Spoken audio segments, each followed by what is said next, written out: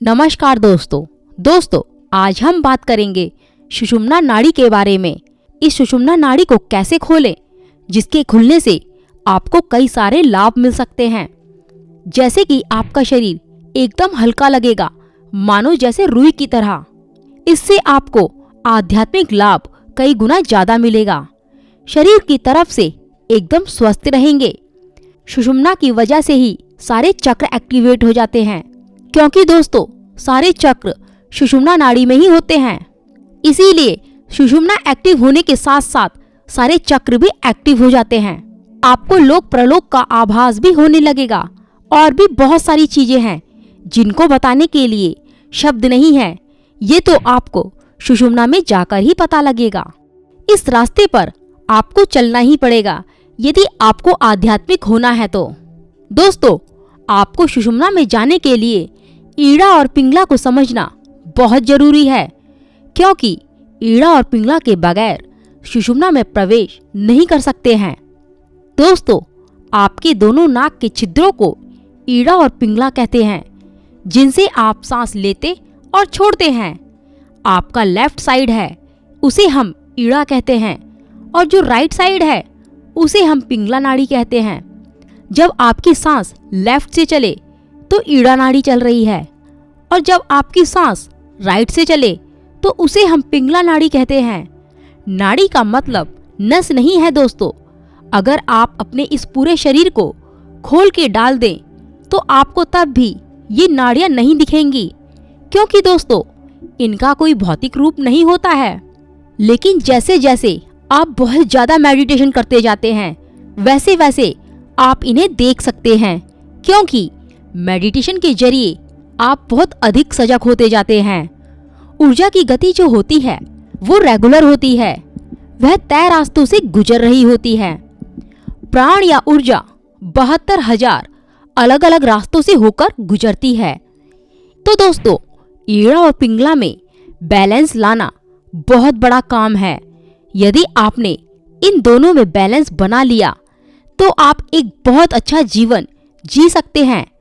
अगर आपकी ईड़ा और पिंगला में बैलेंस नहीं है तो आप सुषुम्ना में प्रवेश बिल्कुल नहीं कर सकते हैं।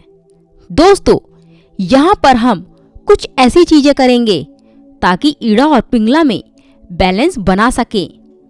ध्यान में बैठने से पहले आपको वर्कआउट करना बहुत जरूरी है, जिससे कि आपका शरीर शांत हो सके। आपके शरीर की जो बेचैनी है वो शांत हो सके। करीब करीब आपको 15 से 20 मिनट तक करना होगा। इससे आपका शरीर एक ही जगह पर बैठा रहेगा और शांत रहेगा। आपके शरीर में कोई बेचैनी नहीं रहेगी। इससे आपका शरीर आधे घंटे के लिए एक ही जगह पर बैठा रहेगा। दोस्तों, जब आप ध्यान में उतरें तो आपको अपनी कमर को सीधी रखनी है, और फिर आपको 5 से 10 मिनट तक अनुलोम विलोम करना होगा।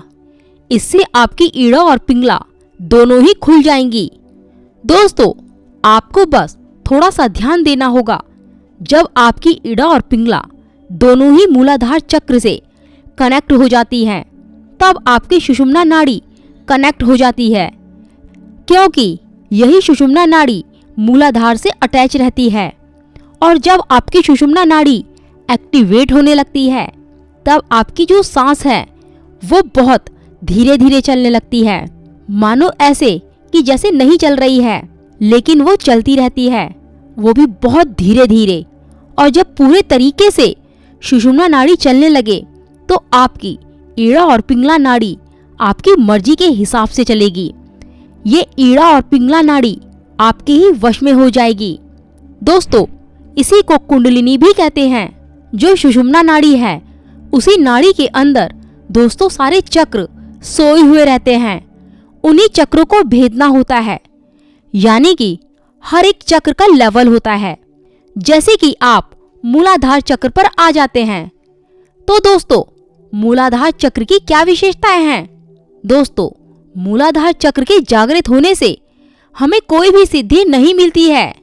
दोस्तों, ध्यान देने वाली बात है यहाँ पर, बल्कि सिद्धियों को प्राप्त करने के लिए हमारे शरीर में जिन गुणों की जरूरत होती है वह इसे विकसित कर देता है। नाम से ही स्पष्ट है कि यह चक्र जागृत होने पर हमारे जड़ और नींव को मजबूत कर देता है। ईड़ा और पिंगला नाड़ी हमारे जड़ तक पहुंचने में हमारी मदद करती है, क्योंकि ईड़ा और पिंगला को बैलेंस किए बिना हम मूलाधार तक नहीं पहुंच सकते हैं।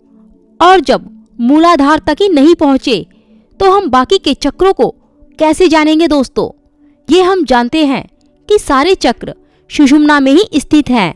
जब एक एक चक्र को भेदना शुरू करते हैं तो हमें उसके अपने आप रिजल्ट्स मिलने लगते हैं।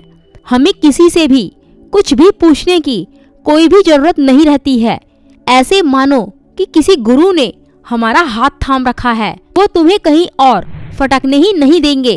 तो दोस्तों, वीडियो कैसी लगी कमेंट करके जरूर बताना।